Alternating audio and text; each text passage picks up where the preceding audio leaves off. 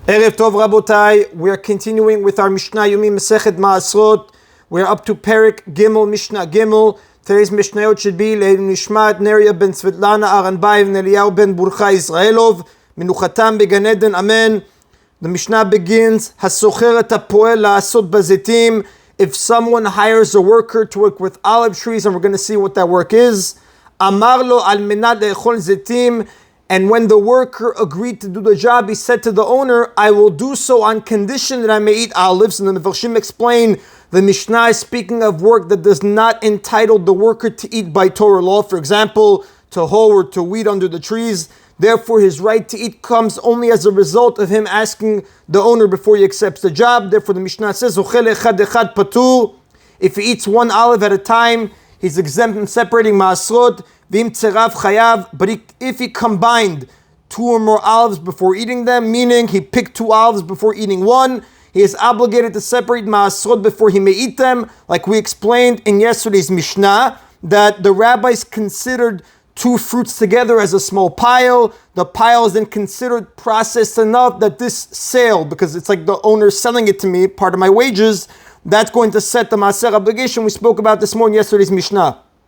The Mishnah continues, Linakesh babitzalim. Similarly, if someone hired a worker to weed a patch of onions, Amar lo ad menat le'echol yarak, and the worker said to the owner, I will do this on condition that I may eat the green leaves of the onion plants. Mikartem ale ve'ochel. The worker may pull off one leaf at a time and eat it without separating maasrot. V'im tzerav chayav. But if he combined two or more leaves before eating them, he is obligated to separate maasrot before eating them. And the Mefarshim explain that the ruling of this Mishnah for olives and onions is essentially the same one like yesterday's Mishnah for figs. And the Mefarshim say it's not so clear why the Mishnah had to repeat this halacha in the case of olives and onions. We could have just made the comparison from figs. That is in Rabotai Mishnah Gimel. Mishnah Dal now is going to discuss when a person who finds produce has to separate maasrot from it. The Mishnah is going to teach us it depends on what type of produce he found and where he found it. The Mishnah begins, Matzah kitzitzot baderech. If someone found cut figs on the road, which is a sign that they have been laid out to dry, and the Mefarshim explain figs that are being laid out to dry are first clipped to allow some of the juice to drain out. So while they're drying, the Mefarshim explain, they're called either kitzitzot or kitziot, cut figs. Once they dry completely, they now are known as girogarot, dried figs. But in any event, if somebody found cut figs on the road, it's a sign that somebody left it there to dry. Afilu bitzad sedek kitzitzot, even if he found them next to a field of cut figs that have been laid out to dry, so that it seems clear they belong to the owner of the field. V'chen te'ena shinota al derech umatzat tachtei te'anim. Similarly, if there is a fig tree with branches hanging over a road and someone found figs beneath it so that it clearly appears that it fell from the tree, mutarim mishum gazel, they are permitted with regard to the issue of stealing, meaning someone who finds them may take them without it being considered stealing, ufturot mina maasrot, and they are exempt from the maaser obligation, meaning that the finder can eat them without separating maasrot. And the reason for both of these halachot is that the figs lying in the road are considered hefker, ownerless, because the person who owned them is assumed to have given up hope of getting them back. And we know, just to give a background, the Mefarshim explain, as a rule, when someone finds a lost object, the Torah commands in Sefer Dvarim, chapter 22, Psukim 1-3, that he must return it to the owner. However, once the owner gives up hope of getting it back, which is what we call in the Gemara yi'ush, a state of mind of giving up hope, the object becomes ownerless and it may be kept by whoever finds it.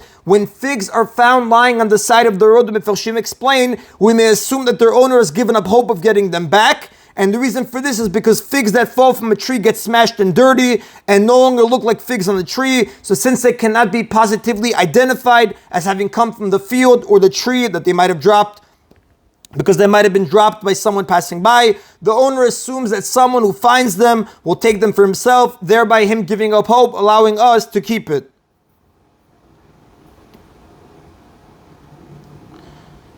And the Mefarshim explain that otherwise, ownerless produce is exempt from the maaser obligation, like we learned in chapter 1, Mishnah 1. And again, the reason that it's not an issue of gezel, just to say, is that since they cannot be positively identified, you don't know if it came from the field or tree, somebody might have dropped it. The owner assumes again that somebody who finds it will take it. That becomes ownerless, therefore you can keep it. It's not an issue of stealing. And we know ownerless produce is exempt from the maaser obligation. Now, however, the Mishnah says the halacha is different for other kinds of produce.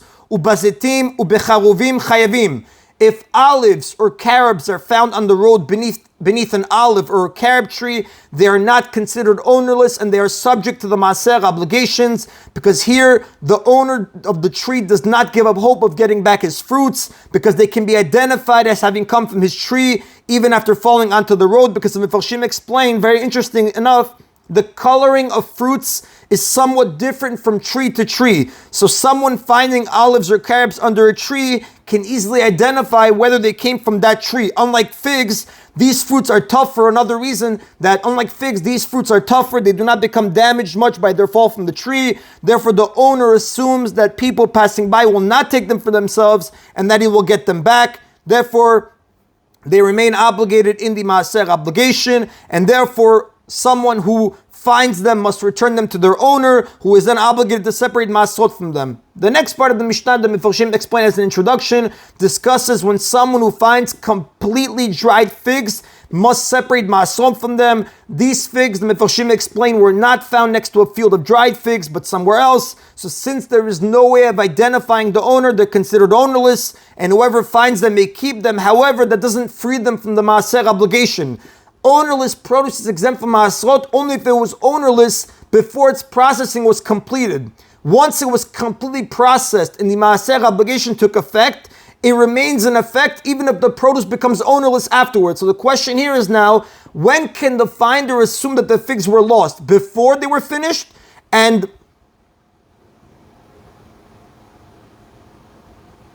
so the question is, the Mefarshim explain, the Mishnah is going to deal with when can the finder assume the figs were lost before they were finished, and when does he have to be concerned that they were lost afterwards. And this is the rule.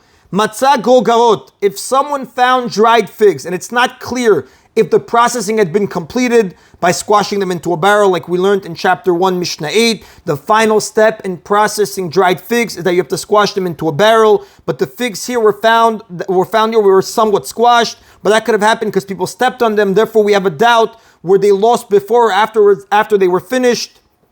The halacha is like this.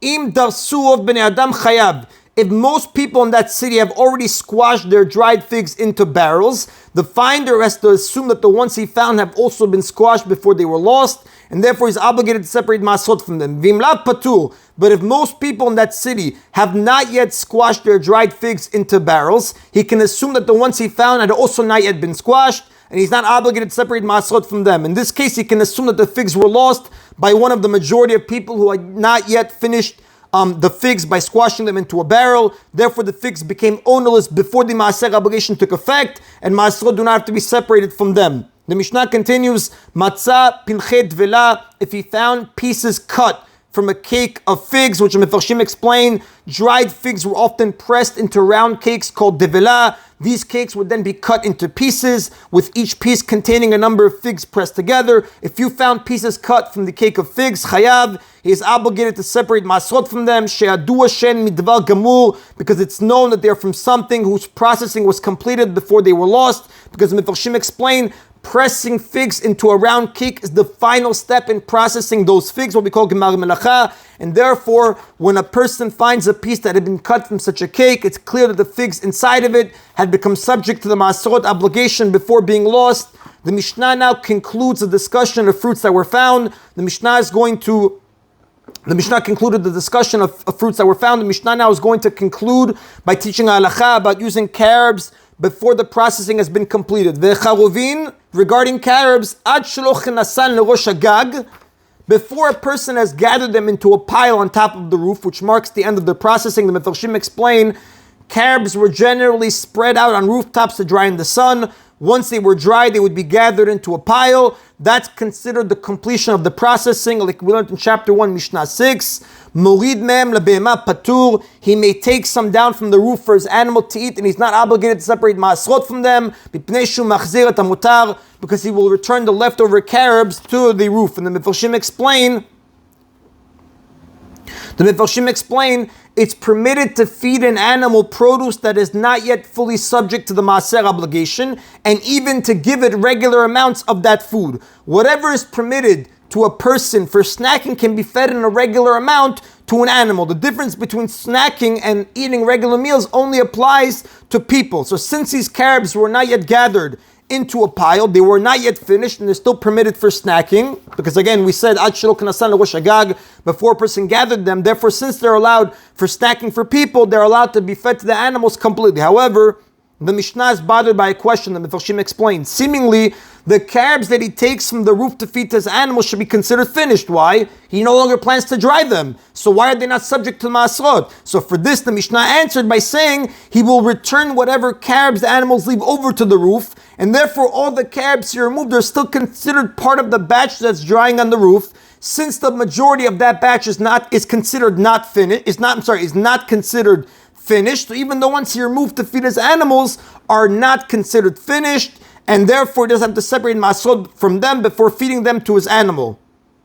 Now, notice again how the Mishnah specified the animal. The Mishnah permits feeding the carbs only to the animals, but the owner may not eat them even as a snack. And this is because people seeing him bringing carbs down from the roof for snacking, they might assume that they were already fully processed and that he's eating them without separating Maasrot. Then they will not suspect this when he feeds them to his animals, because carbs are usually used for people, not animals. Therefore, anyone seeing you feed them to the animals will realize you're doing so only because they weren't finished and they're not ready for people. Therefore, the owner himself may eat them only on the rooftop where they're being dried, because then anyone can see that they're not finished, but he cannot take it down, because then people will assume that it was finished. He didn't separate the Maasrot. That is an Abotai of today's Mishna Yomi. Baruch Adonai le'olam. Amen v'amen.